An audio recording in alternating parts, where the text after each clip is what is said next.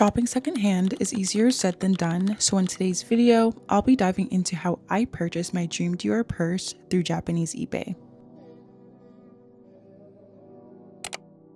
I am so excited to unbox this purse. I generally become a menace to society when I have a package out for delivery because I was refreshing the tracking details every 20 minutes. Literally no joke. My eyes have been set on a Dior Boston bag ever since I saw it in real life while I was doing secondhand shopping downtown. But over the course of 3 years, I've been doing some digging and finding items that come close, but have never been able to scratch my itch. I posted a secondhand shopping haul where I showcased my other monogram Dior in my collection, such as my pink pouch and my baby tee, but I am beyond grateful to have this purse in my collection. What influenced me to bite the bullet and purchase was Paris Hilton and Nicole Richie in The Simple Life. I recently got into it and have been obsessed. In the first episode, they went shopping due to obvious reasons, and lucky for them, they were surrounded by Dior in the John Galliano era. This isn't my first time trying to purchase this purse. I threw a bid into an eBay auction a few months ago and was honestly so butthurt my bid didn't win. Granted, it was a lowball offer, but still, I stumbled across this purse one late night doom scroll on eBay for a decent price, so I knew this was my sign.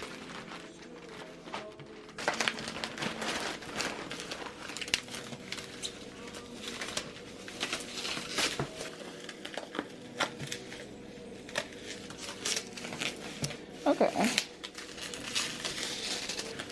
There's definitely an easier way. Okay. Just bag.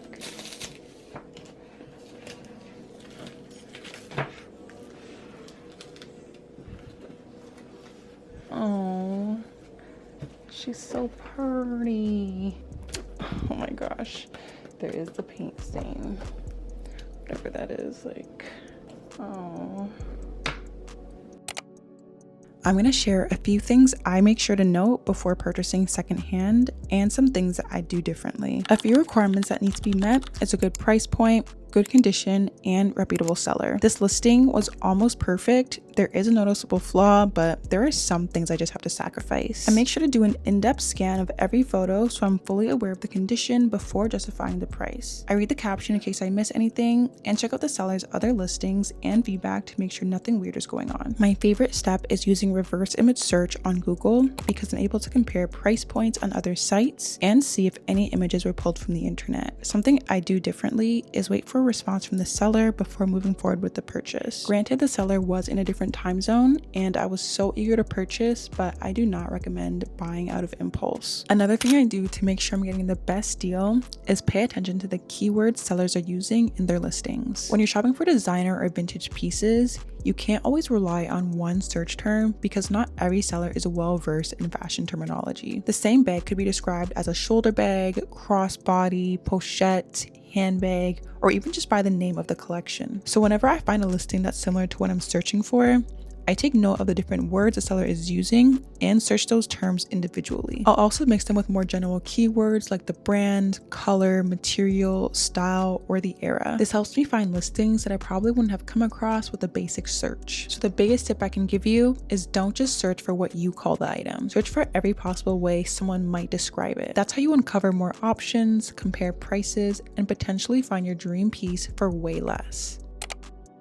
This was my first time purchasing from Japanese eBay, so I'm going to walk you through my personal experience. The girls on TikTok were not lying about how many listings you're able to find in Japan in comparison to local sellers. This makes a lot of sense because Japan is known for their vintage and rare designer collection. I don't have the funds to catch a flight to Japan, so buying online was the next best thing. I saw this during a late night doom scroll and it felt too good to be true. It was selling for 482 Canadian with free shipping. This sounds like a perfect setup for a scam, so I slipped on it and waited till I had a clear conscience to make a decision. With further research, I knew I was purchasing from a reputable seller because they have been selling on eBay for 10 years. They sold just under 3,000 items and have over 1,000 reviews with pictures. I sent an offer like I normally do, but the purse was in a few other cards, so I didn't want to waste any more time. Again, I do not recommend purchasing an item without the seller's response, but this was a dire situation. After the payment was confirmed, I honestly started to spiral because I thought it was a scam. Regardless of all the positive reviews I was reading from the seller, I'm always quick to follow up inquiring about more pictures or anything regarding tracking, and the seller was able to provide exactly what I needed. I will note that a week into the delivery process, I got an email from FedEx regarding duties that need to be paid in order for my package to be delivered, but I honestly thought it was a scam. I've had so many scam emails in my inbox, so although I had a package out for delivery, I didn't really think anything of it. Long story short, the duties were real and I had to pay $121 in order for my package to be delivered. This brings our total upward of $600, but still cheaper than all the other listings I've come across. I was honestly hoping that for the price paid, the package would be a bit more aesthetic to unbox, but as long as the purse arrives in one piece and is authentic, that's all that matters.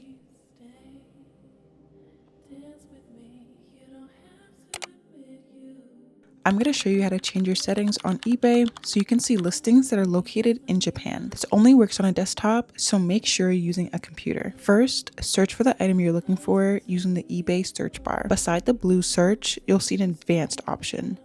Click on that and it'll take you to another page where you can customize your entire search. Here, you can filter things like the price range, condition, whether you want to see buy it now listings or auctions. However, the most important section is the item location. Once you find that section, click on the located in tab. Since we're looking for items located in Japan, change the location to Japan. Make sure you leave your own location under the available to section. Now that we're done that, scroll down and click search. eBay will then filter the results and show you listings only in the area that you specified.